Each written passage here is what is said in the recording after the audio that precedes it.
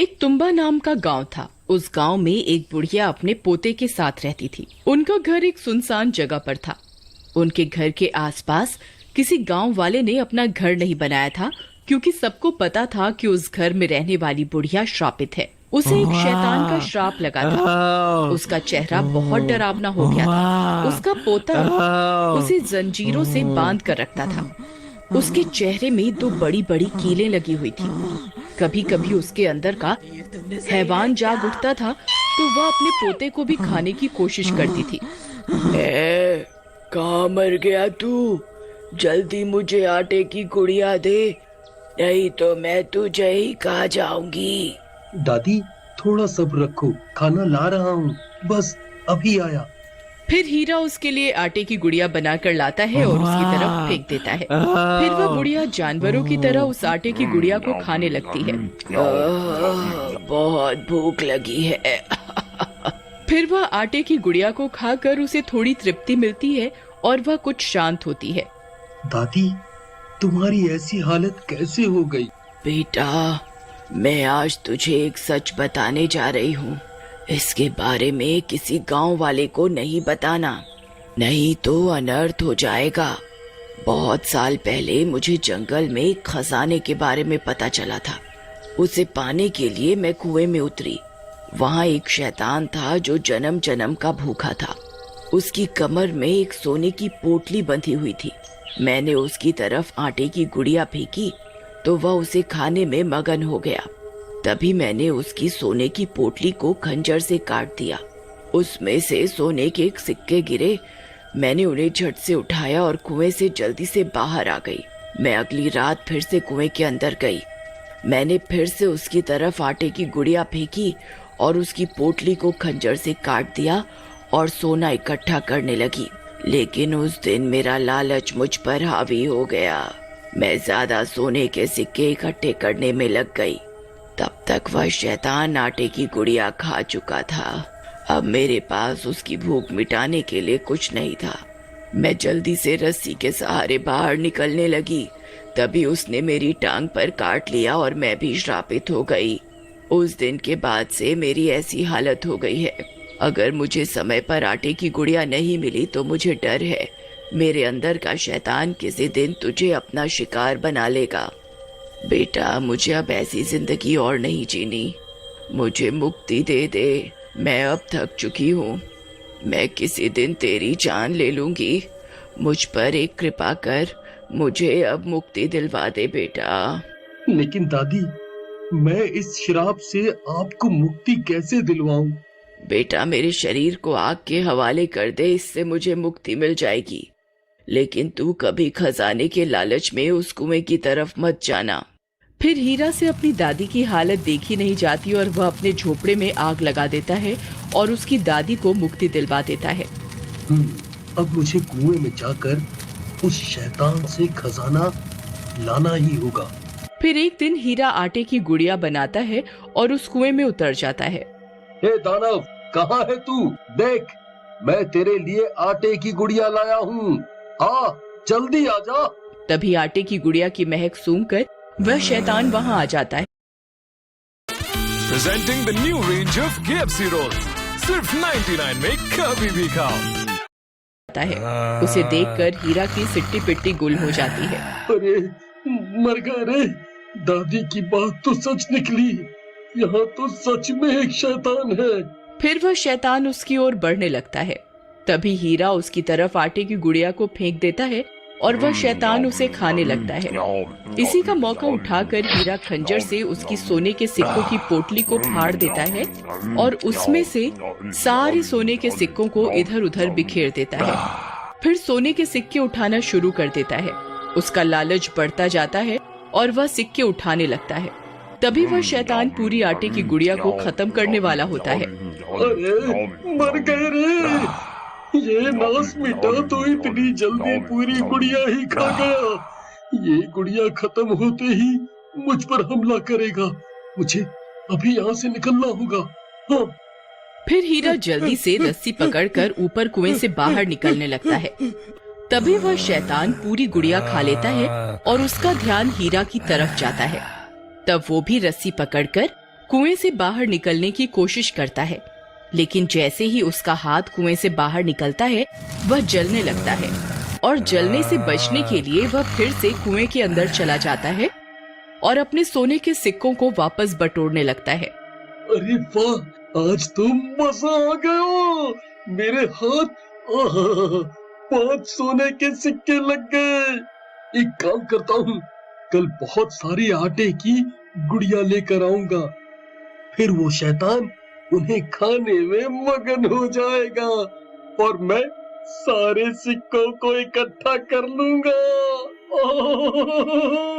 वाह!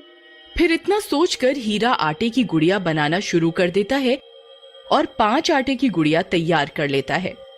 मेरी तरकीब जरूर काम करेगी। फिर वह रात होने का इंतजार करता है। कुछ ही देर में रात हो जाती है और वह सारे आटे की गुड़िया एक पोटली में डालता है और कुएं में उतर जाता है। शैतान, कहाँ है तू? देख, तेरे लिए बहुत सारा खाना लाया हूँ। तभी सामने से 5 शैतान आ जाते हैं। हीरा उन 5 को देखकर दंग रह जाता है। अरे मर गए रे, दादी ने तो एक ही शैतान के बारे में बताया था, ये 5 कहाँ से आ गए? अब मैं क्या करूं? कहीं मैंने कोई गलती तो नहीं कर दी?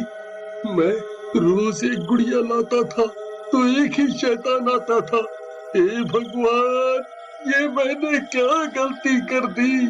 इसके बारे में तो मैंने सोचा ही नहीं। अब क्या करूं?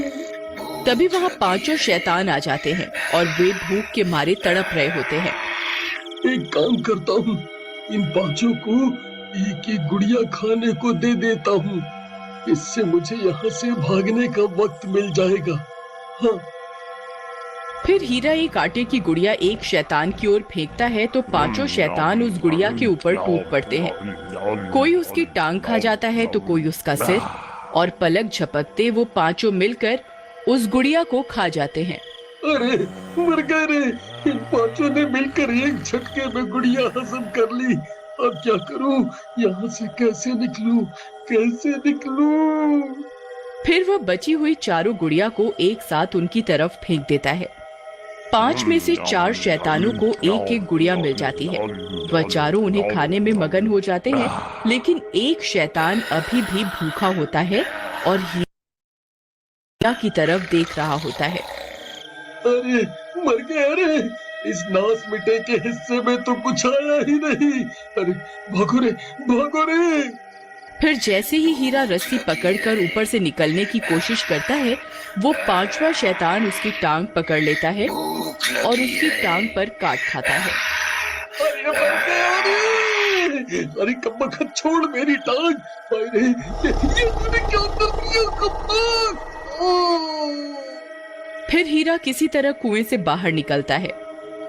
रे, बहुत दर्द हो रहा है रे। हाय, अब मैं क्या करूं? कहीं वो दादी वाला शराब मुझे भी तो नहीं लग जाएगा? कोई है? कोई मेरी मदद करो, कोई मेरी मदद करो। फिर देखते ही देखते हीरा भी शैतान में बदल जाता है। उसे भी श्राप लग जाता है। फिर हीरा अपने दोनों हाथ और पैरों के सहारे चलने लगता है। उसे बहुत भूख लगती है और वह आटे की गुड़िया की खोज में पूरे गांव में भटकने लगता है। मुझे बहुत भूख लगी है। मैं किसी को नहीं छोड़ूंगा। गांव वाले उसे छुप छुप कर देखने लगते हैं। किसी को कुछ समझ में नहीं आता कि हीरा ऐसे दोनों हाथ और पैरों के सहारे क्यों चल रहा है और उसकी ऐसी हालत कैसे हो गई। फिर हीरा पूरी रात गांव में भटकता भटकता जंगल की तरफ निकल जाता है। उसके वहां से जाते ही गांव वाले अपने घरों से बाहर निकल कर आ जाते हैं। अरे भाई, ये हीरा को क्या हो गया? ये तो बिल्कुल जानवर जैसा बन गया है। भाई, मुझे तो लगता है इसे इसकी दादी ने काट खाया है, तभी ये भी श्रापित हो गया है। फिर सभी गांव वाले हीरा के घर की ओर दौड़ पड़ते हैं। जब वे वहां पहुंचते हैं तो दंग रह जाते हैं। वह घर पूरी तरह से जला हुआ होता है। वहां उन्हें उस बुढ़िया का कंकाल भी मिलता है। उन्हें कुछ समझ में नहीं आता कि आखिर क्या हो रहा है। फिर रात होने पर उन गांव वालों को हीरा के तड़पने की आवाजें जंगल से आती हुई सुनाई देती हैं। मैं किसी को नहीं छोड़ूंगा, मुझे आटे की गुड़िया दो।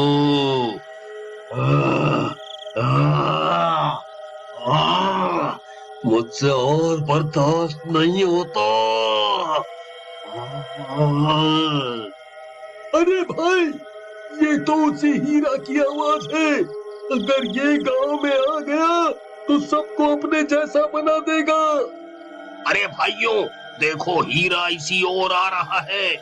हमें इसे जला के मारना होगा, नहीं तो हम भी इसके जैसे बन जाएंगे।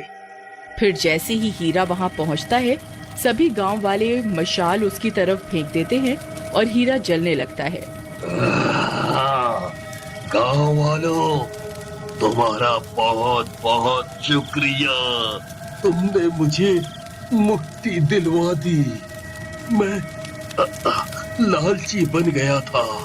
मुक्ति। लेकिन वह